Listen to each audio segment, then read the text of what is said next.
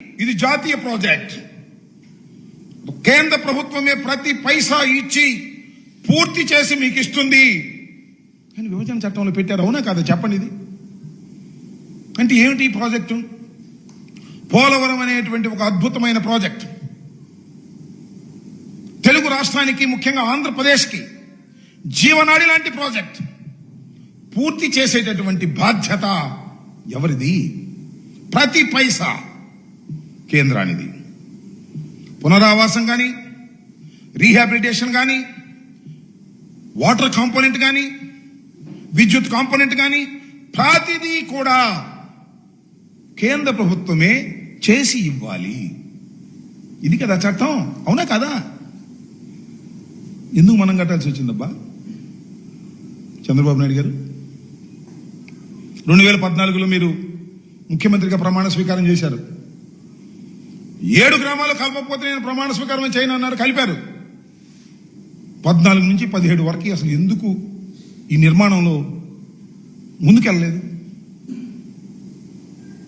16 తర్వాత ఎందుకు ముందుకెళ్లారు?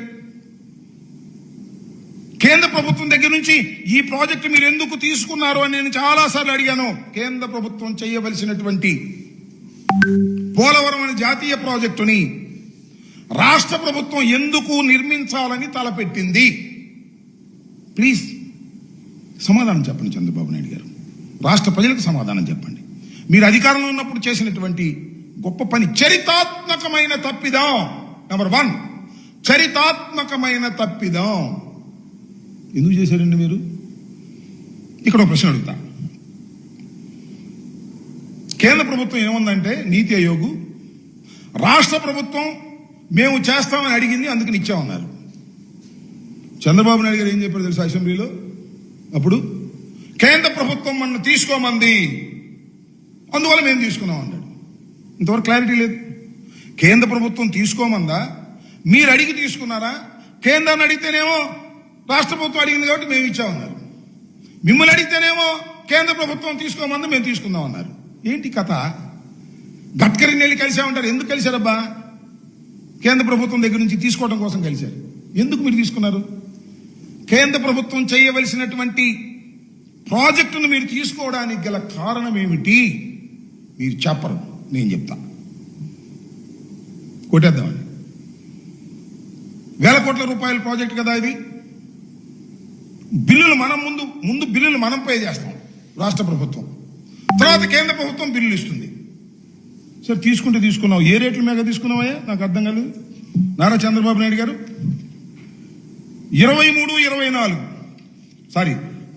14 రేట్ల పేరునే చేసేస్తామని 16 తీసుకున్నారు. 16ని కేంద్ర ప్రభుత్వం రాష్ట్ర ప్రభుత్వం చేయవలసిందిగా ఇచ్చింది. ఏ రేట్ల ప్రకారం?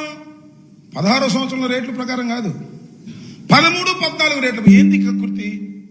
వాళ్ళు చేయాల్సిన దాన్ని నువ్వు చేస్తూ రేట్లు కూడా వెనకటి రేట్లు వేసుకున్నావు. ఏంటి కక్కుర్తి? ఏమి లేదు. కక్కుర్తి అంతా కాంట్రాక్టర్ నీ సొంత వాళ్ళని పెట్టుకోవాలని, సొంత వాళ్ళని పెట్టుకుని దానిలో డబ్బులు కాజేయాలి అనేటువంటి, కరప్షన్ చెయ్యాలనేటువంటి ఒక దురుద్దేశమైన ఉద్దేశం. ఇది మా మీద రుద్దేటటువంటి ప్రయత్నం చేస్తున్నారు మీరు. కరప్షన్ కోసం మాత్రమే రాజశేఖర్ రెడ్డి గారు ఈ ప్రాజెక్టుకి పునాదులు వేసి రాష్ట్ర ప్రజల యొక్క సంక్షేమం కోసం, వ్యవసాయం కోసం ఆయన ఈ ప్రాజెక్టుని ప్రారంభిస్తే, జాతీయ ప్రాజెక్ట్ అయినటువంటి పోలవరం ప్రాజెక్టుని కేవలం నీ కరప్షన్ కోసం, నీ డబ్బుల కోసం నువ్వు తీసుకునేటటువంటి ప్రయత్నం చేశావు. టాల్ స్ట్రైక్ మొట్టమొదటి కాంట్రాక్టర్ కాంగ్రెస్ ప్రభుత్వంలో ఇచ్చారు, వాళ్ళ దగ్గర తీసుకున్నావు. అది చిత్రమైన విషయం అంటే నాకు ఎవ్వరికీ అర్థం కానిటువంటి అంశం, చాలా గొప్ప అంశం. అది ఏమిటంటే, మొదటిగా పనులు చేపట్టిన ట్రాన్స్ట్రా ఏజెన్సీ వారు కోరింది తడువుగా 2014-12 రేట్లతో వాళ్ళ అగ్రిమెంట్ అయితే, ఈయన 15-16 రేట్ల ప్రకారం 1332 కోట్లు ఇచ్చేశాడు. అన్ని రాగానే. ఎప్పుడు ఈ రేట్లు 15-16 రేట్ల ప్రకారం ఇచ్చేసాడు వాళ్ళకి.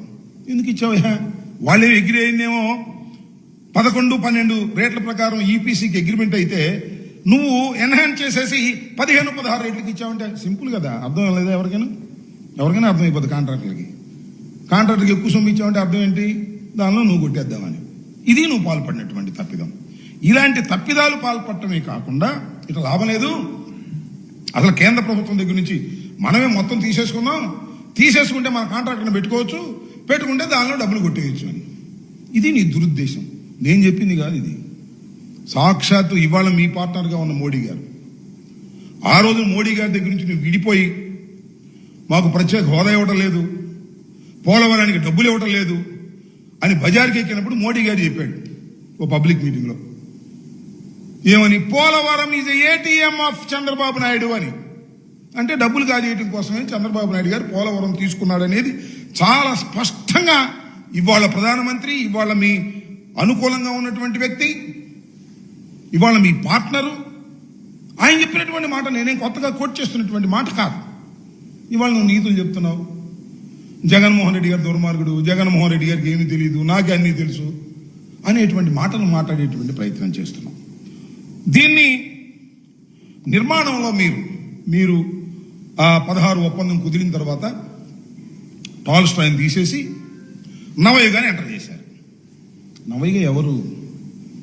అదే నిన్న మీరు బ్రహ్మాండంగా వర్ధంతి కార్యక్రమం చేశారు కదా, రామోజీరావు గారు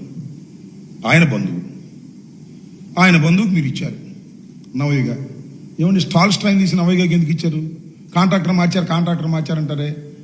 మీరు కాంట్రాక్టర్ని మార్చింది కూడా ఎలా మార్చారు? టెండర్ ద్వారా మార్చలా. మీరు మార్చింది నామినేషన్ పత్రం మార్చేశారు. మేము నవయుగాన్ని టెండర్ ద్వారా మార్చాం. నవయుగ టాల్స్టాయ్ దగ్గర నుంచి నవయుగాకు మార్చి నవయుగాన్ని జేబు సంస్థగా పెట్టుకొని డబ్బులు నువ్వు కాజేసే ప్రయత్నం చేస్తున్నావు. కాబట్టి మేము వచ్చిన తర్వాత ఈ నవయుగాతో ప్రాబ్లం ఉంటుంది అనే ఉద్దేశంతో మేము టెండర్కి పోయాం.